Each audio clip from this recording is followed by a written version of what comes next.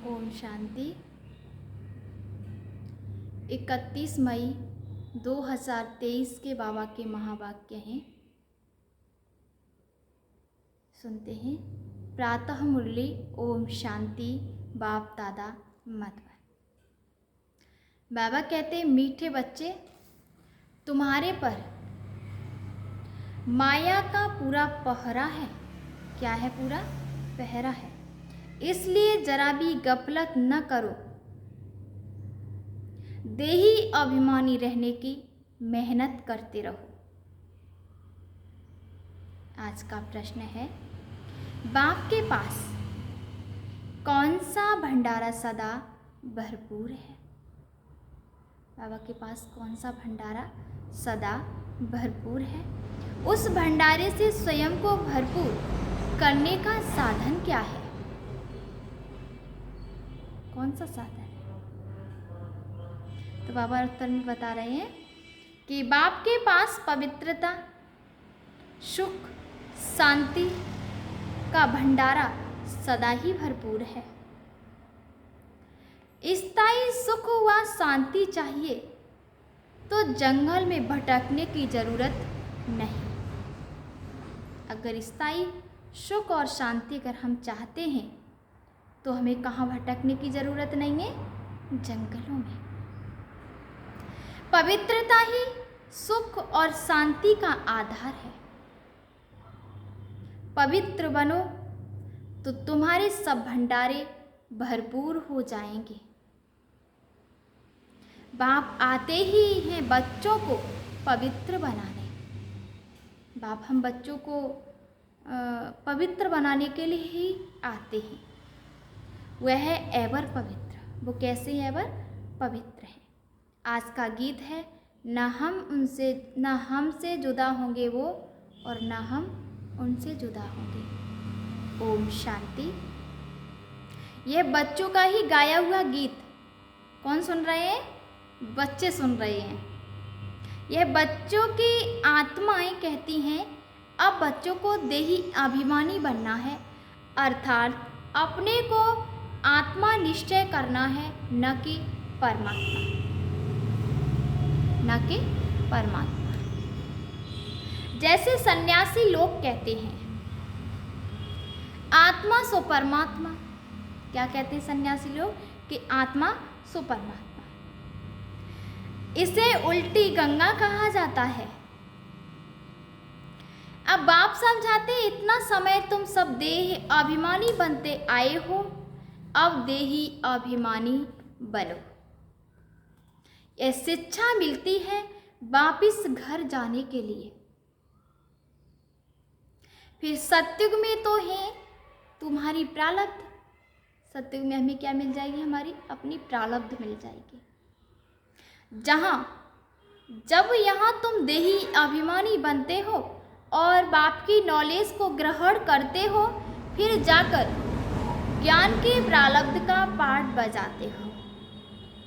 वहाँ तो देह अभिमान व देही अभिमानी का प्रश्न ही नहीं। किसका प्रश्न नहीं है? देह और देही अभिमानी का प्रश्न ही नहीं। देह अभिमान का और देही अभिमानी का प्रश्न नहीं उठता। इस समय तो मनुष्यों को पता ही नहीं। क्या पता नहीं है मनुष्यों को? कि हम आत्मा हैं। कौन है? हम आत्मा ही, पता ही नहीं है मनुष्यों को। तो बाबा कहता है, हमारा बाप परमात्मा है। हमारा बाप कौन है? परमात्मा। बिल्कुल ही मूझ गए हैं। सन्यासियों ने कहा कि हम तुम सब परमात्मा हैं। जिधर देखता हूं तू ही तू है। इससे तो कुछ भी फायदा नहीं होता। वो लोग तो इसको भावना समझते हैं, परंतु सबकी भावना तो एक जैसी नहीं होती। एक ही घर में बाप बच्चे की भी भावना एक जैसी नहीं रहती। कहाँ कहाँ देखो बच्चे बाप को भी मार डालते हैं। क्योंकि घोर अंधियारा है, सब पतित हैं। अभी तुम बच्चे स्वदर्शन चक्रधारी बनने हो। स्वदर्शन चक्रधारी बनने से ही तुम राजा रानी बनते हो। तो बाप बच्चों को बार बार कहते हैं, देही अभिमानी बनो। बाबा बार बार हम बच्चों को क्या समझाते हैं कि बच्चे कौन बनो तुम? देही अभिमानी बनो।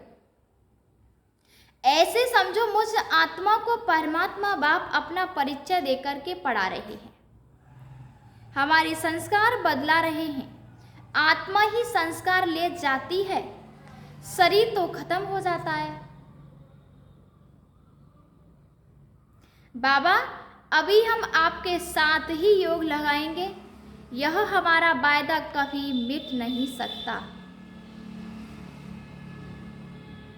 भले पवित्रता पर अनेक प्रकार के विघ्न पड़ेंगे,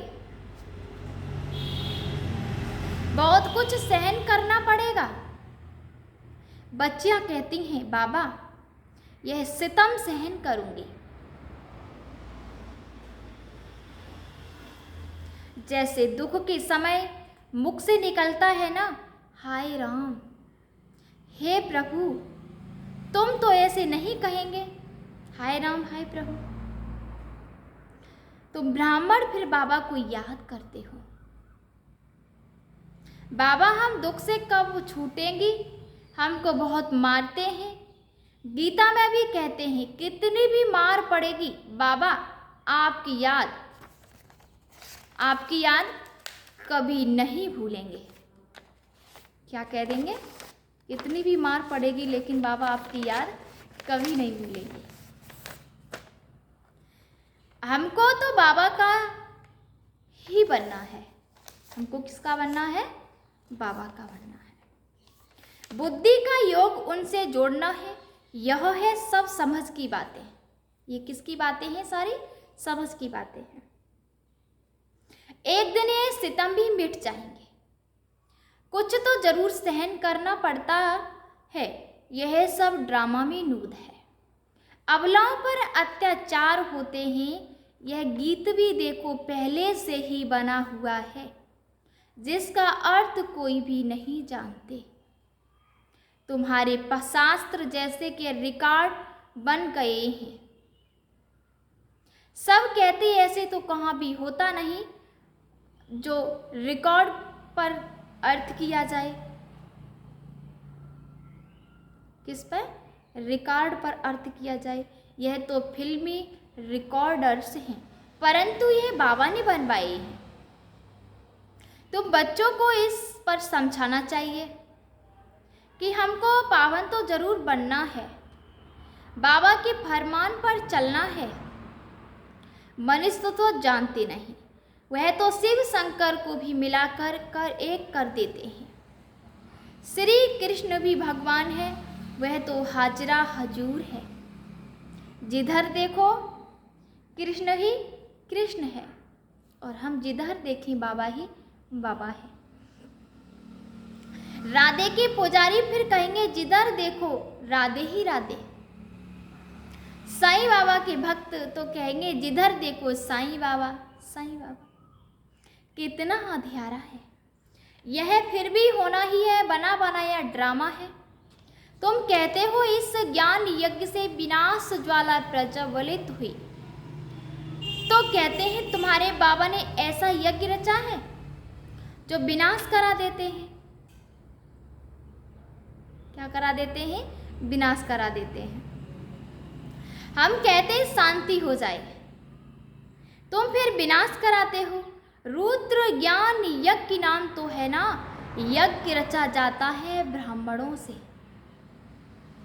तुम ब्रह्मा कुमार कुमारियां ब्राह्मण ठहरे, वह हद के यज्ञ रचते हैं। सेठ लोग उसमें रुद्र यज्ञ नामी ग्रामी है, वह उसमें ज्ञान का अच्छा नहीं लगाते। यह तो है रुद्र ज्ञान यज्ञ। ये कौन सा यज्ञ है? रुद्र ज्ञान यज्ञ। तो बाबा क्या कहते हैं? यज्ञ रचा जाता है ब्राह्मणों से। तुम ब्रह्मा कुमार कुमारियां ब्राह्मण ठहरे, वह हद के यज्ञ रचते हैं, जैसे लोग उसमें रुद्र यज्ञ नामी ग्रामी है, वह उसमें ज्ञान का अक्षर नहीं लगाते। यह तो है रुद्र ज्ञान यज्ञ, उनको ज्ञान यज्ञ नहीं कहेंगे। बाबा ने समझाया है ज्ञान से ही तुम्हारी सद्गति होती है। वहाँ सत्युग में इस ज्ञान की दरकार नहीं, वहाँ तो है ही सद्गति, माना स्वर्ग। सद्गति हमें कहाँ मिलेगी? स्वर्ग में मिलेगी। यह तो समझने की बात है ना। किसकी बात है? समझने की बात है ये हमारी। बाप बैठ ब्राह्मण को ज्ञान देते हैं, दिखाते रथ पर रथी बैठे थे। यह शरीर रथ है ना। शरीर क्या है? रथ। हर एक रथ में रथी आत्मा है, इसमें भी इनकी आत्मा है। परंतु बाबा कहते हैं मैं रथ का लोन लेता हूँ। बाबा किसका लोन लेता है? शरीर का लोन लेता है बाबा। तो बाबा ने रथ बताया है। जैसे मकान लेते हैं तो धनी भी रहता है और लेने वाले भी रहते हैं। यहाँ यह रथी बन बाबा आते हैं, कहते हैं मैं फिर से तुमको राजयोग सिखाता हूँ। तुमको क्या सिखाता हूँ? राजयोग सिखाता हूँ। बाबा हमको स्वर्ग का मालिक बनाते हैं। बाबा किसका मालिक बनाते हैं? हमें स्वर्ग का मालिक बनाते हैं। कल्प कल्प संगम युग, हर 5000 वर्ष बाद बाबा आकर के हमें ज्ञान देते हैं, आत्मा की और स्वयं की पहचान देते हैं, सृष्टि की पहचान देते, आदि और मध्य अंत की। फिर हम क्या बनते हैं सत्य की दुनिया में जाकर के? जब हम पुरुषार्थ करते हैं तब हम कौन बनते हैं?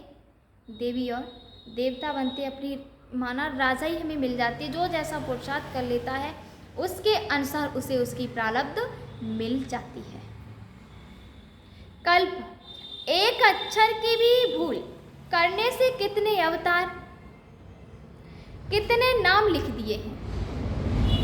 अभी बरोबर कल्प वृक्ष के नीचे तुम बैठे हो, राजयोग सीख रहे हो, भविष्य में राजा रानी पद पाने के लिए।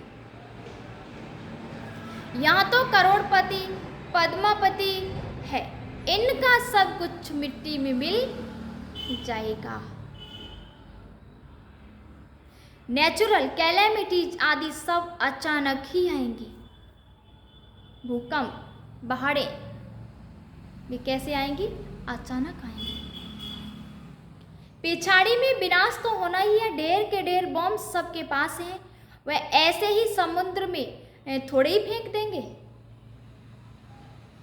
यह तो उन्हों की लाखों करोड़ की मिल्कियत है, यह न बने तो विनाश कैसे हो? एकदम जलकर जैसे खाक हो जाएंगे। कैसे हो जाएंगे? खाक हो जाएंगे। जैसे ऐसे नहीं, जख्मी होकर दुख भोगते रहेंगे। चीज ही ऐसी बनती है जो फट से खल्लास हो जाएगी। तो एक धर्म की स्थापना और अनेक धर्मों का विनाश। कौन से धर्म की स्थापना? सनातन देवी देवता धर्म की स्थापना और कलयुग दुनिया का एक तरफ से विनाश। यह तो क्लियर है। ब्रह्मा द्वारा स्वर्ग की स्थापना कर रहे हैं, स्वर्ग में रहने वालों को लायक बना रहे हैं, पवित्र बनने वालों के आगे सब नमन करते हैं। अब बाप भी कहते हैं पवित्र बनो। अभी तुम्हारी आत्मा के पंख टूटे हुए हैं, तुम उड़ेंगे कैसे? हमारे ज्ञान के पंख कैसे हो गए? टूट गए। तो बाबा कह रहा उड़ेंगे कैसे? जितना योग ज्ञान योग बल की धारणा करेंगे तो पंख आ जाएंगे। जितना ज्ञान और योग की हम क्या करेंगे? धारणा करेंगे तो क्या आ जाएंगे? ज्ञान के पंख आ जाएंगे। तो फिर हम उड़ने लग जाएंगे। राजधानी लेना कोई मौसी का घर नहीं है। राजधानी लेना कोई मौसी का घर नहीं है। मुख्य बात है अहम आत्मा। यह मेरा शरीर, मैं एक आत्मा हूँ। अहम आत्मा है ही शांत स्वरूप। मैं आत्मा कैसी हूँ? शांत स्वरूप हूँ। शांति के लिए धक्का खाने की दरकार नहीं। एक कहानी बताते हैं ना कि रानी के गले में हार पड़ा था, लेकिन वह बाहर में ढूंढ रही थी। रानी के वो गले में हार पड़ा था, तो रानी क्या कर रही थी? बाहर ढूंढ रही थी, लेकिन गले का हार कहाँ था? गले में ही था। वैसे ही बाबा कहता है कि शांति हम पता नहीं कहाँ कहाँ ढूंढ रहे हैं। मंदिर मस्जिद में जा रहे हैं, तीर्थ यात्रा करने के लिए जा रहे हैं, पैदल जा रहे हैं, लेकिन फिर भी हमें शांति नहीं मिल रही। तब भगवान ने कहा कि शांति ढूंढो, कहाँ है? हमारे ही अंदर है शांति, कहीं बाहर जाने की दरकार नहीं, शांति हमारे अंदर है। तो तुम रानियां हो, शांति के लिए जंगलों में जाने की दरकार नहीं। यहाँ तो है ही माया का राज्य, यहाँ शांति हो नहीं सकती। कोई कहते हैं हमको फलाने से शांति मिली, परंतु है तो है अल्पकाल काग विष्टा समान सुख अथवा शांति, थोड़े समय के लिए है। हमको तो अविनाशी चाहिए ना, जिसका कभी विनाश ना हो। तुम बच्चों को चाहिए स्थायी शांति, हम बच्चों को स्थायी शांति चाहिए। तो पवित्रता से शांति सुख जितना चाहिए उतना लो। मुख्य बात पवित्रता की है। हम जितना भी सुख और शांति लेना चाहिए वो किससे ले सकते हैं? पवित्रता से। तो बाबा ने कहा है कि सुख शांति जितना चाहिए उतना लो।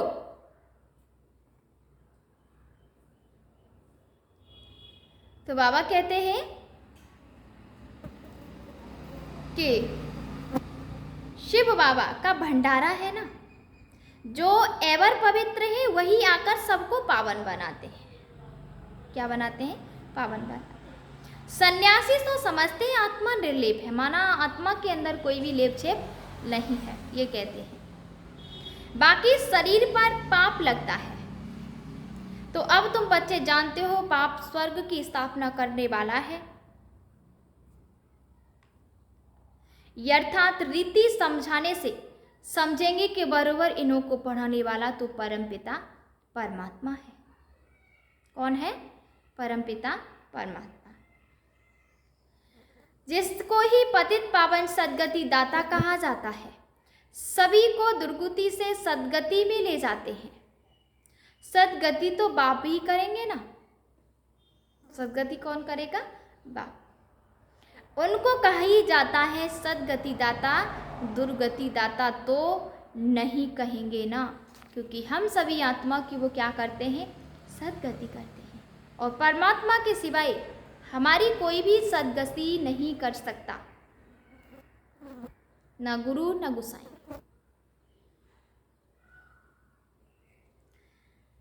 यह भी कोई नहीं जानते। बाप कहते हैं तुम पाप मार्ग में गिरते हो तो रावण की प्रवेशता हो जाती है।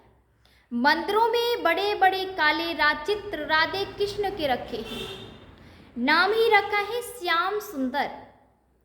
सतयुग में सुंदरता, फिर कलयुग में से माया सर्प ने डसकर काला कर दिया। अब कहाँ की बात कहाँ ले गए? कहाँ की बात कहाँ ले गए? मनुष्यों को कुछ पता ही नहीं है। बाप रचयिता और रचना का किसी को पता नहीं। बाप का और बाप की रचना का किसी को पता नहीं। बाप बच्चों को समझाते हैं, बच्चे खबरदार रहना, माया बड़ी कड़ी है। इस समय तो तमो प्रधान है, किसी को भी पिछाड़ी में देरी नहीं करती, एकदम नाक से पकड़ कर गिरा देती है। यह है युद्ध स्थल, इसलिए बाबा बार बार समझाते हैं, तुम अपना कल्याण चाहो तो देही अभिमानी बनो, आत्मा की स्मृति में रहो। अगर अपना कल्याण करना चाहते हो तो बाबा कहते अपने को आत्मा समझ बाप को याद करो तो अंतमति सोगति हो जाएगी। सब संस्कार सामने खड़े हो जाते हैं। अनेक जन्मों के पाप विनाश करने में टाइम लगता है। तुम्हारा अंत तक पुरुषार्थ चलता है। पहली पहली बात है देही अभिमानी बनना। परमात्मा बाप हम आत्माओं को पढ़ाकर आप समान बना रहे हैं। बैरिस्टर जरूर आप समान बैरिस्टर बनाएगा। फिर है पुरुषार्थ पर मदार। कोई बैरिस्टर तो एक ही केस में लाख रुपया भी कमाते हैं, और अब तुम बच्चों को बाप कहते हैं कि पुरुषार्थ कर ऊंच पद पाओ। यहाँ के पदम पति तो सब खाक में मिल जाएंगे। किसमें मिल जाएंगे? खाक में मिल जाएंगे। मैं हूँ ही गरीब निवाज। मैं कौन हूँ? गरीब निवाज हूँ। अब देखो, जो लड़ाई करते हैं उनका काम ही मरना और मारना है।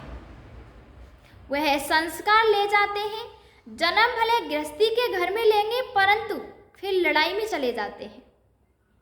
बाबा तो बहुत सहज समझाते हैं, जन्म जन्म के पाप हैं, इसलिए योग बहुत अच्छा चाहिए, तब ही विकर्म विनाश होंगे। सिर से बोझा कैसे उतारें? इसके लिए जितना हो सके उतना बाप को याद करना चाहिए। आप कितने मीठे हो बाबा, आप कितने मीठे हो। बाप कहते हैं, लाडले बच्चे गफलत नहीं करना। क्यों? माया पूरा पहरा दे रही है, इसलिए देही अभिमानी भव। आत्मा की स्मृति में मैं एक आत्मा हूँ। यह है बुद्धि योग की रेस। ये किसकी रेस है? बुद्धि योग की रेस है।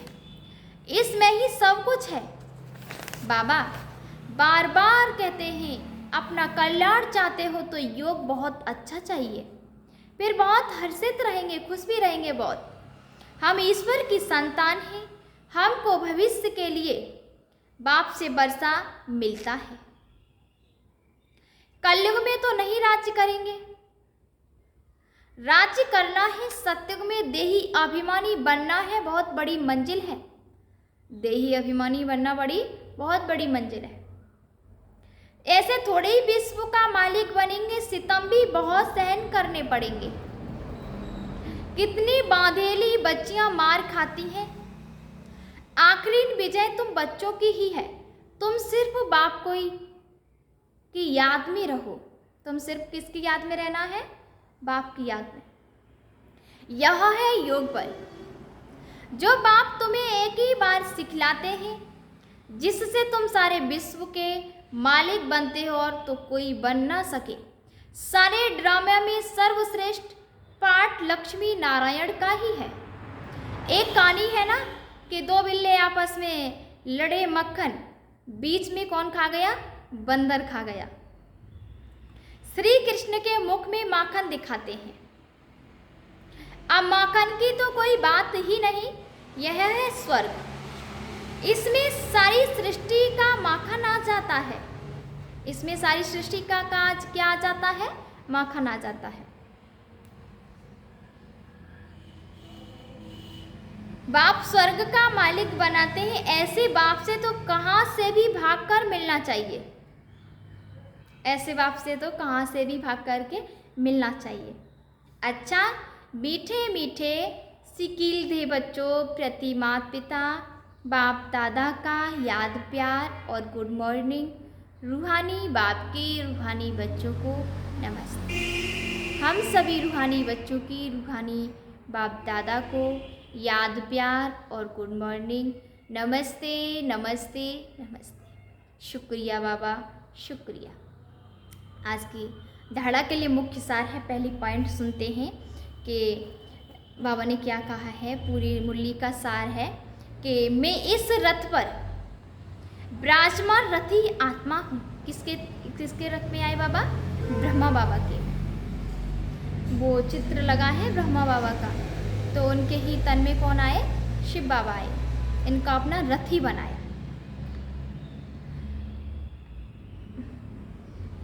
कौन बना? ब्रह्मा बाबा को क्या बनाया? रथ बनाया। तो बाबा क्या कह रहे हैं? मैं इस रथ पर विराजमान रथी आत्मा हूँ। यह अभ्यास करते पूरा पूरा देही अभिमानी बनना है। बुद्धियों की रेस करनी है। बुद्धियों की क्या करनी है? रेस करनी है। दूसरा है पूरा नष्टोमोह बनना है। इस अंतिम जन्म में सितम सहन करते भी पावन जरूर बनना है। आज का वरदान सुनेंगे। नथिंग न्यू की स्मृति से, नया कुछ भी नहीं है, इसकी हमें याद रहे, स्मृति याद रहे कि नया कुछ भी नहीं है। तो नथिंग न्यू की स्मृति से प्रश्नों को समाप्त कर बिंदी लगाने वाले अचल अडोल भव। कहते हैं ना कि हर बात में हमें क्या लगा देनी है? बिंदी लगा देनी है। कोई भी बात होती है तो आप बच्चों को यह ज्ञान है कि नथिंग न्यू, नया कुछ भी नहीं है। हर सीन अनेक बार रिपीट की। नथिंग न्यू की स्मृति से भी कभी भी हलचल में नहीं आ सकते, सदा ही अचल अडोल रहेंगे, क्योंकि नया कुछ भी नहीं है। जो पहले हुआ था वो अब हो रहा है, और अब हो रहा है वो भी पहले हुआ था। जो होने वाला है वो भी अच्छा है। बाबा कहता है ना, कोई नई बात होती है तो आश्चर्य से निकलता है क्या, ऐसे होता है क्या। लेकिन नथिंग न्यू तो क्या, नया कुछ भी नहीं, क्यों का क्वेश्चन ही नहीं, फुल स्टॉप आ जाता है। ऐसे हर दृश्य को देखते बिंदी लगाते चलो तो हाय हाय में वहाँ वहाँ के गीत गाते रहेंगे। जहाँ हाय हाय करते थे वहाँ अब क्या करेंगे? वहाँ बाबा वहाँ वहाँ। स्लोगन है आज का, सुखदाता बाप के सुख स्वरूप बच्चे बनकर रहो तो दुख की लहर आ नहीं सकती।